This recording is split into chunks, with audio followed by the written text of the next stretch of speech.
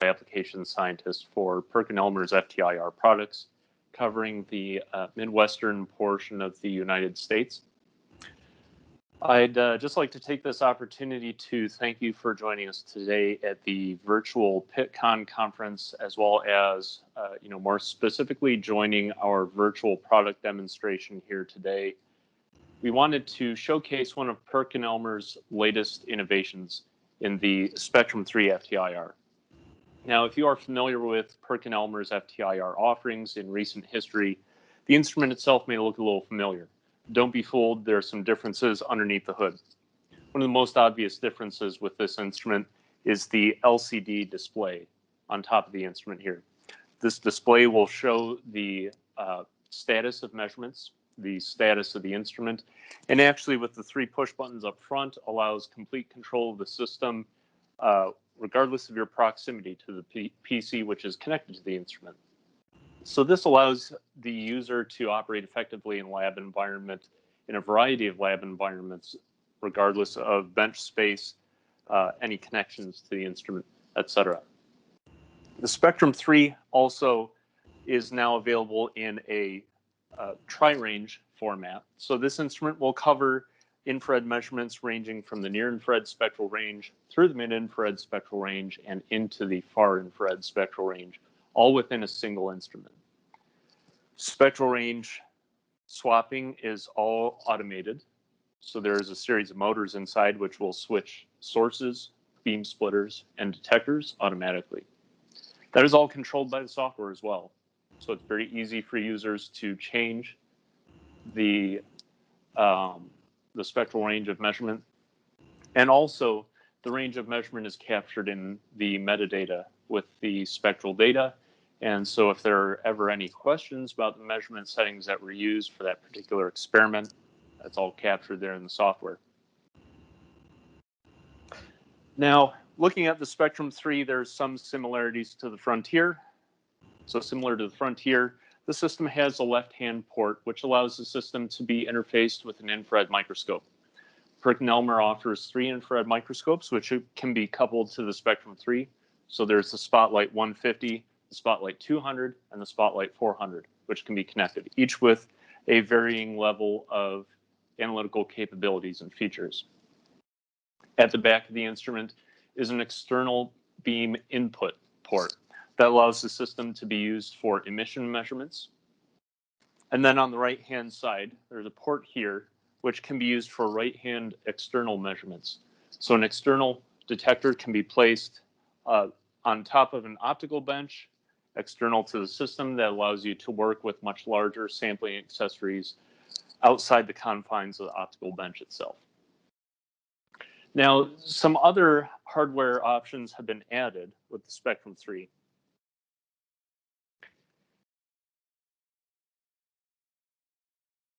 Continuing in its tradition of innovation in infrared spectroscopy, PerkinElmer has introduced 2 capabilities with the Spectrum 3. One is the industry-leading hyphenation technology in the form of the EGA 4000. The EGA 4000 allows users to perform a hyphenated experiment all within the confines of the spectrometer itself. So this sampling accessory is actually basically a miniaturized thermogravimetric analyzer. The sample is loaded in the top beneath the green port in the furnace, where the mass of the sample is analyzed as the sample is heated. The off gas from that sample is then transferred through a gas cell, which is also internal to this sampling accessory. That gas cell allows infrared measurements of the vapors coming off the sample, and so it allows very in-depth analysis of sample composition. Another new capability of the Spectrum 3 FTIR is a module that we call the Fast Scan module. This module is an external device which attaches to the spectrometer and allows it to acquire spectral measurements at a rate of up to 100 scans per second. This allows investigation of very rapid chemical changes in samples, including curing and chemical reaction kinetics.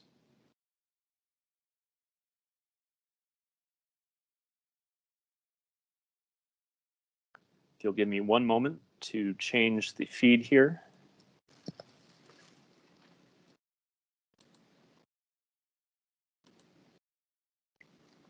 So here we see the Spectrum IR software that controls the Spectrum 3 FTIR.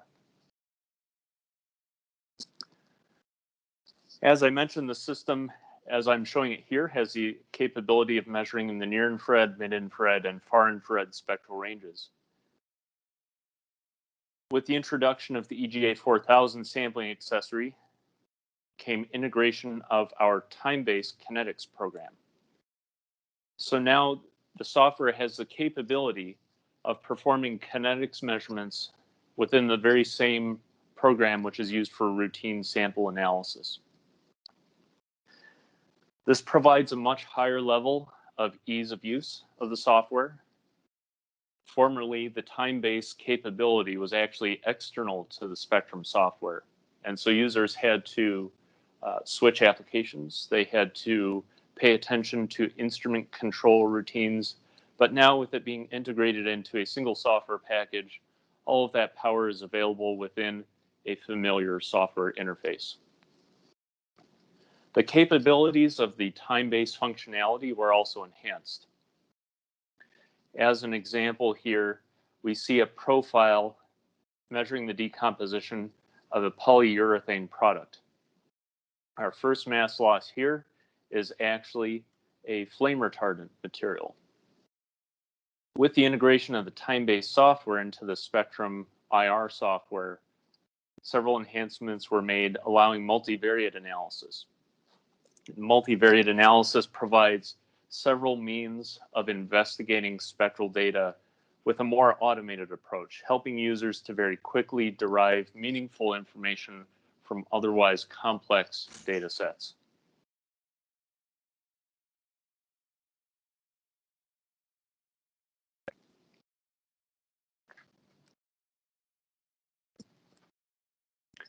Going back once more to the hardware of the system. As with the previous FTIR instruments, the sampling accessories are interchangeable. So here we see the transmission slide holder accessory. This is an accessory which is routinely used for transmission measurements of samples, perhaps solid or liquid in a flow cell, and then also accommodating a variety of gas cells. So it's very quick and easy to swap sampling accessories. We have ATR sampling accessories, as well as some more sophisticated and unique specialized sampling accessories. PerkinElmer offers a wide range, but in the event that we don't have an accessory which meets your experimental needs, we also have a variety of third-party vendors who manufacture sampling accessories which are also compatible with this spectrometer, which allows users to reconfigure the instrument at will to meet a wide range of analytical challenges. So with that, I would like to thank you for your time and attention, and I would like to open up for questions.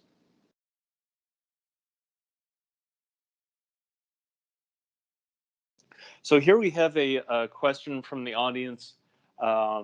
What sample types can be analyzed using the Spectrum 3? Well, that's a very complicated question to answer, but through a variety of sampling accessories, the system can be used to successfully analyze solid samples, liquid samples, and gaseous samples. So a lot of that is dictated primarily by the sampling accessory, which is used with the instrument. Now, if those samples end up being extremely small, say on the order of microns in size, that is a situation where now the system would be coupled to a spotlight infrared microscope. The spotlight infrared microscopes allow users to focus down the infrared beam and interrogate samples at sizes approaching 1 to 3 microns, depending on the wavelength of measurement. So the system can really be used to address a wide range of analytical challenges. We have another question here. Do I need to add or use an MCT detector for fast scanning if I just have a DTGS detector in the Spectrum 3? So a lot of that will depend on the level of detail that you require from the measurement. If you're looking for chemical species which are at low concentrations or which react very quickly, where you need high sensitivity and or an extremely fast scanning rate, the preferred format might be an MCT detector to thereby increase sensitivity. Now, if the measurements are being performed within a transmission cell, sometimes there is simply enough sample present in the infrared beam path to produce strong absorption features which don't require such high sensitivity. However, if you are using an ATR sampling accessory, perhaps those chemical species do not absorb strongly enough to detect them with a very rapid scan rate.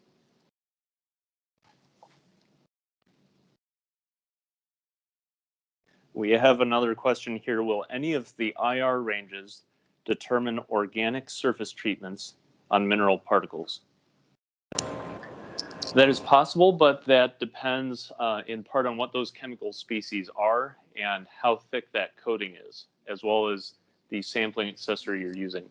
So generally speaking, as far as analyzing samples at an extreme shallow depth, typically that would be performed with an ATR sampling accessory in the sample compartment, perhaps with a germanium crystal to reduce the size of the evanescent wave at the surface, and then also with a shallow angle of incidence into the crystal, which further reduces the depth of the evanescent wave or the height of the evanescent wave.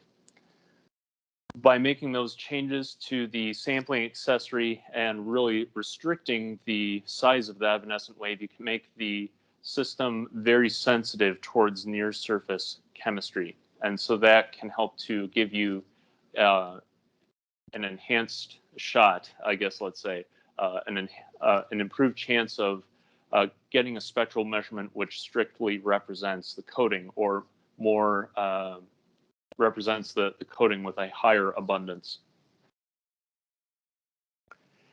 Now, I should mention also, so that experiment I just described, that would be performed in the mid-infrared range. Now, if the measurement is performed in the near-infrared range, then the near-infrared light will go through more sample material.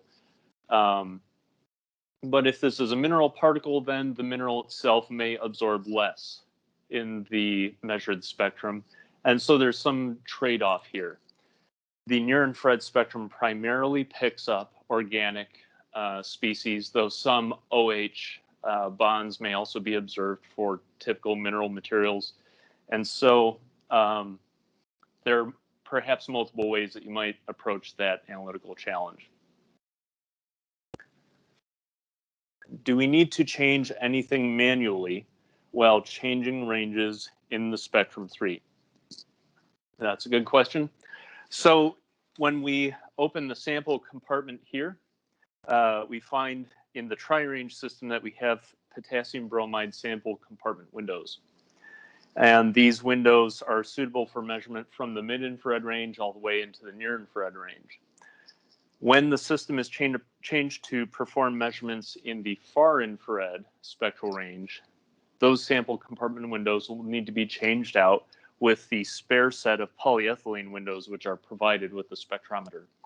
Alternatively, if the system is used with a purge connection, the windows may be left out if the purge flow rate is sufficiently high.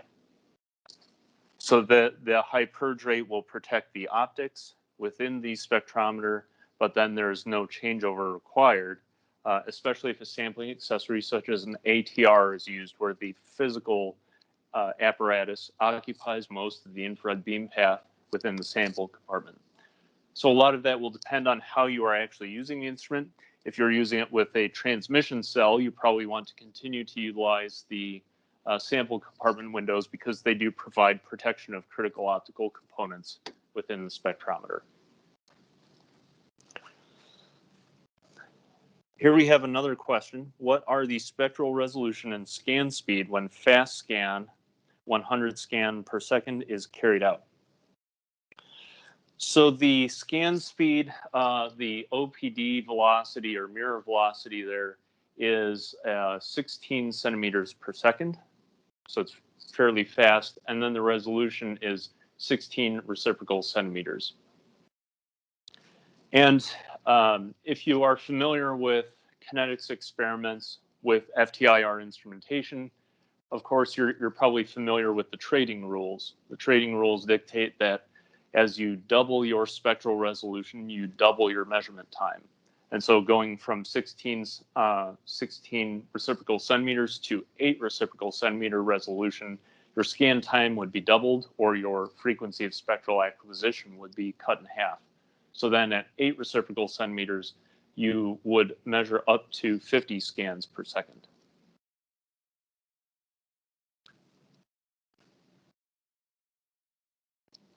Here we have another question. Is the germanium crystal the standard type for the ATR accessory? Does it have a surface coating? To answer your first question, we have a variety of ATR accessory configurations available. So users have the option of choosing a diamond ATR crystal with the ATR accessory. They also have the option of purchasing a germanium ATR crystal, with the ATR accessory. And these top plates, which contain the crystal, these are actually interchangeable. So here we have the Spectrum 3 ATR. The top plate is held in place by 2 set screws. When those 2 set screws are loosened, the top plate can be swapped out readily. So in that case, the spare top plate might be kept on hand, which has a germanium top plate, and allowing the user to swap back and forth. The second question, does it have a surface coating? I believe the answer to that is no. If there were a surface coating on the crystal, it would have to be extremely thin to a point where it would provide little protection on the crystal itself. If it were thicker than 1 micron, you would have a hard time measuring any spectrum of any sample whatsoever. There is a question that you had posted on here, which I hadn't gotten to. What is the wavelength range for the tri-range Spectrum 3? So this system will perform measurements down to 30 reciprocal centimeters, and that will go up to 11,000, according to our specification sheet. 11,000 reciprocal centimeters, sorry. It's important to throw the units on it.